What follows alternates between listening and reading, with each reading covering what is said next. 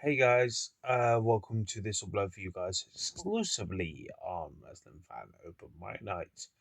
Now it's night time, so you can't judge, but it's a bit later than I planned to do this because I was working yesterday. I was just getting all my energy today. I pretty much slept in. Yes, I know it's Monday, and you're only a few hours away from Monday Night Raw for WWE fans. Now, all I can say is this, right?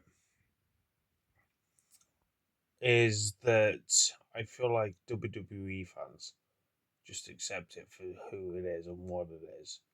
But then when people stand up against it, even though, like myself, don't watch the product, we still stand up to against it because it's been our fandom, part of our fandom of professional wrestling, like mine, for over 40 years. And I stopped watching SummerSlam last year. The final straw when Brock Lesnar came back, right? So I just feel like WWE fans accept WWE for what it is. You know, when I look at the bigger spectrum of it, the reason why I'm saying this is because the even though I was working, I was intrigued to see who wins the Rumbles. This past Saturday, and to say they built up a stadium with a load of fucking heat from certain wrestling fans and everything like that. Because what Triple H says, it's amazing what they can do in a month. I'm not going into all the fucking backstage heat and so on like that from wrestling fans looking up and saying their piece because people can't handle the fucking truth. And now they're demolishing that stadium, you know. So it was a one hit wonder. So they got the money's worth. Don't get me wrong, I'm not saying this in a bad light, but they got the money's worth towards that stadium. And now they're demolishing it. So what are you gonna do when it comes to WrestleMania next year? In 2027, you gonna build up another one, you know? And when I look at the way I saw who won it, and even the women's, I feel like it's hard done by massively, because end of the day, I would admit this, right? Because I don't watch it doesn't mean I can't talk about it. I've paid my dues for WWE, over the years of persevering through shit, through the rough and the smooth, and literally it's been shit recently, hasn't it? But WWE fans won't admit it. When you see these people that literally are going on social media, sticking up for it, then when something goes wrong, like I talked about the untold story that people were talking about, I was classed as a fucking hater when it was happening. But now, because you're a WWE fan, you've watched on Unreal, you hating on what's already happened. I already mentioned this in a previous video.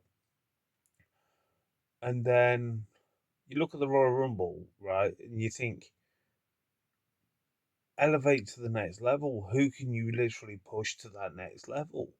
And then you give it to Roman Reigns, which doesn't make any sense whatsoever. He doesn't need that accolade. He's already done, as far as I can remember, he has won the Rumble before, because that elevated him. It's like main event Jey Uso. When he won it, that was actually a total surprise. Yeah, but you'll get the thing is people get bored so quick with certain wrestlers. Even though you're yeeting at shows or yeeting at home, it's still people get bored of him, right? And I put out a TikTok saying that they should have gave someone that's new and fresh and given different entity to it. There was like, oh, you shouldn't say anything because you don't watch the product. You don't. I'm like saying promote a young talent. That's all I'm saying is promote a young talent. You need to promote. Oh, they promote him all the time. You have voiced the product. It doesn't matter. The thing is, it doesn't matter what you do on the weekly product, right? You look who's the champions currently at the moment with the WWE, right? Even if it's tag team champions, even if it's like US champion or IC champion, how am I going to sit there and say, oh yeah, they promote young stars, when clearly they fucking don't? And it makes me laugh when people say, well, AEW's doing the same thing. No, they're not. They're so. When people say about Vince being out of touch, the thing is, Triple H and his marketing team and his creative team are so out of touch. It feels like at least one thing with Vince, he knew how to promote the right star at the right time. Not all the time, but he knew when it was time to capitalize on it. These wrestlers, they've already made their legacy, already in the WWE. They don't need that push forward because, like I've said on my TikTok video, that WrestleMania will sell itself. It doesn't need that push towards WrestleMania to give that entity towards tickets because WrestleMania built up its own legacy. And wrestling fans look to that because the Super Bowl of professional wrestling.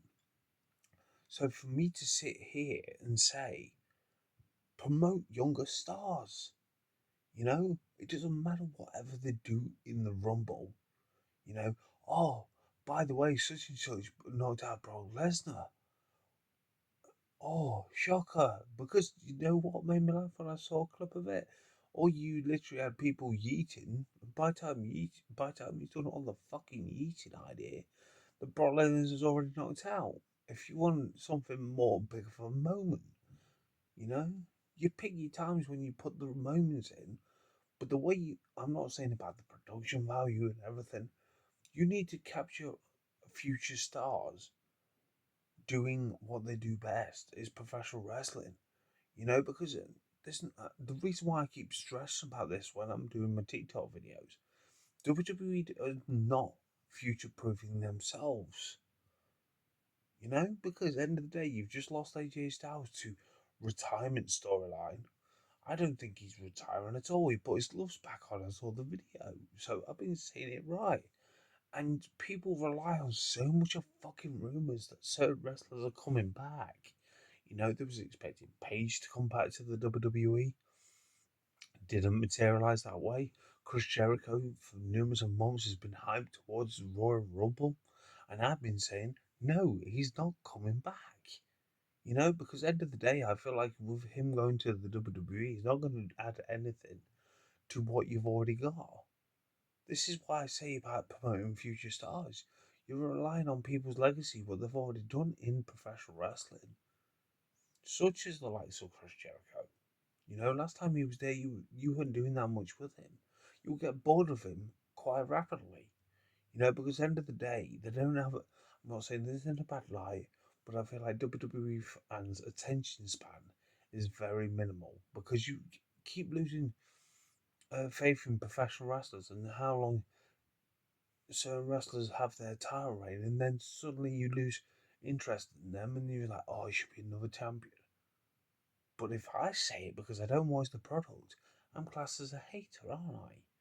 So what's the difference between you saying it than me? Nothing.